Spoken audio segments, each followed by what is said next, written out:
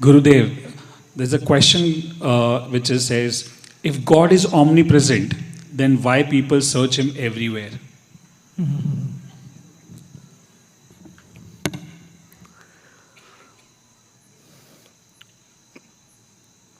If they search, they find it. They don't search at all. How many search?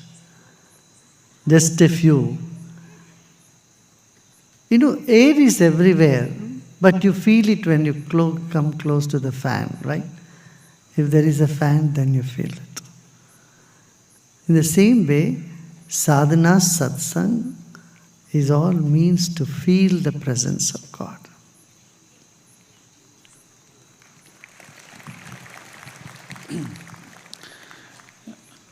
Death is sure and nothing on this earth is constant. So, what is the purpose of life? Then only purpose of life begins. Everything is ephemeral. You see, life looks like a dream, isn't it? All that happened till now, it's all like a dream. Everything is gone. You can't hold on to anything. Things change. But when you realize there is something that is not changing, just hold on to that. Then life begins.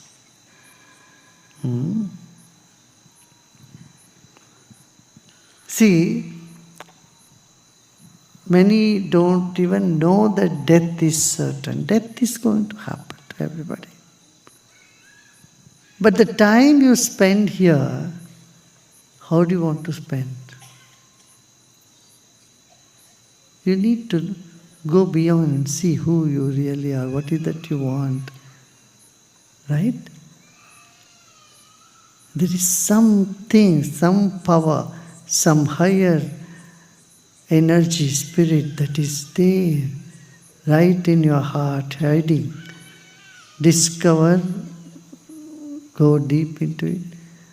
Then new life begins. Yeah.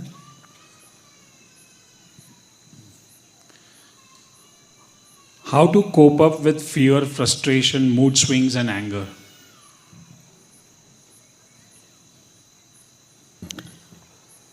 Knowledge or wisdom and meditation. Good company.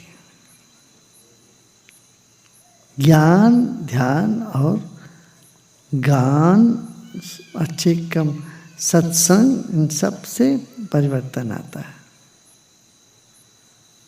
Hindi. गुरुदेव, आजकल home schooling की बहुत demand है.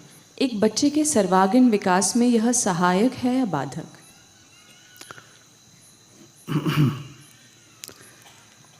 दोनों हो सकता है. Home schooling करोगे तो उनको दूसरे बच्चों के साथ कैसे बैठना उठना, कैसे बातें करना, कैसे व्यवहार करना, इसका ज्ञान कम होने लगता है. अच्छा, रेगुलर स्कूल में भेजोगे तब वहाँ ये समस्या हो सकती है कि दूसरे बच्चों का असर हो सकता है, वो गलत रास्ता पकड़े, अपने बच्चों को भी उस रास्ता पर घसीट के ले जाएं. ये भी समस्या है. तो इसलिए देखना पड़ेगा, देख करके, इसलिए चुन के ऐसे स्कूल में भेजना चाहिए जहाँ नैतिकता की शिक्षा हो, जहाँ एक माहौल ही अलग हो. ये नशे वशे के माहौल ना हो, ऐसे स्कूल में भेजना चाहिए. गुरुदेव, मुझे नींद में बोलने की आदत है. मुझे डर लगता है कि इस तरह दूसरे लोग मेरे मन की बात न जान ले. यहाँ तक कि जब मौन में होता हूँ तब भी नींद में बोलता हूँ. कृपया इसका कोई उपाय बताइए. देखिए, सपनों का कोई हिसाब नहीं लगते कोई, ना वो सपनों को लेके बैठते. ऐसे आपकी नींद में जो भी आप बोलते वो आपका थोड़ी ना है, वो सपना है. तो इसलिए आप बेफिक्र रहो. और आप साधना को ध्यान करोगे तो ये सब बंद हो जाएगा।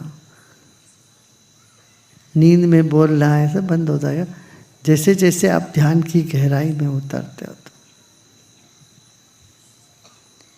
गुरुदेव, जिस व्यक्ति ने अपना जीवन आध्यात्मिकता में बिताया है पर बीमारी के कारण मृत्यु के समय दिव्यता को भूल जाए, तो क्या उस आत्मा को मुक्ति मिलेगी? हाँ, मिलेगी।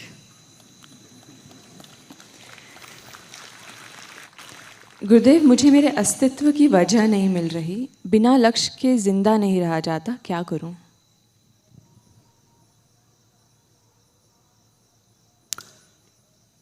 तो सिर्फ बैठ के अपने बारे में सोचते रहते हमेशा, ये समस्या है। अरे जागो तो, तुम औरों के काम भी आ जाओ, बहुत कुछ तुम कर सकते हो, इस पर सोचो। ठीक है ना? मेरा क्या होगा, मेरा क्या होगा, मेरा क्या होगा, क्या होगा? एक दिन तो मरोगे और नाम और निशाने मिट जाएंगे, याद नहीं रख। तुम्हारे बच्चे हुए, उनके बच्चे हुए, वो भी दादा का नाम क्या था पूछेंगे, वो भी भूल जाएंगे। दादी का नाम क्या है पता नहीं जी। घर में फोटो भी टांगे रखेंगे तो बोले अरे धूल जम रही, ऊंचा उठा के रख। गैरेज में चला जाएगा, शेड में चला जाएगा तुम्हारा तस्वीर। क्या होगा ये? क्यों सोच के परेशान होना? खड़े हो जाओ, मुक्त हो जाओ, मस्त रहो, प्रसन्न रहो, प्रसन्नता बांटो सबको। अभी हम अमेरिका में थे तो एक महिला आई थी हमारे पास, बड़ी दुखी दुखी चेहरा, इतनी दुखी थी। मैंने कहा भाई क्या बात है? मुझे कोई साथी नहीं मिल रहा है, मेरा इतना साल हो गया, 35 साल हो गई है मेरी, कोई साथी संगाती। मेरे पर तेरा चेहरा देखा तुमने, कौन मिलेगा? दूर से भाग जाएगा तेरे को देखते। इतना दुखी दुखी, एकदम दुख टपक रहा तेरे चेहरे में, कौन शादी करेगा तुम्हें बताओ? तुम करोगे क्या? एक एकदम सुस्त चुस्त आदमी दुखी है, एकदम चेहरा लटका हुआ, डिप्रेस लग रहा है, तुम उसको जाके गले लगाओगे क्या? करोगे नहीं तुम।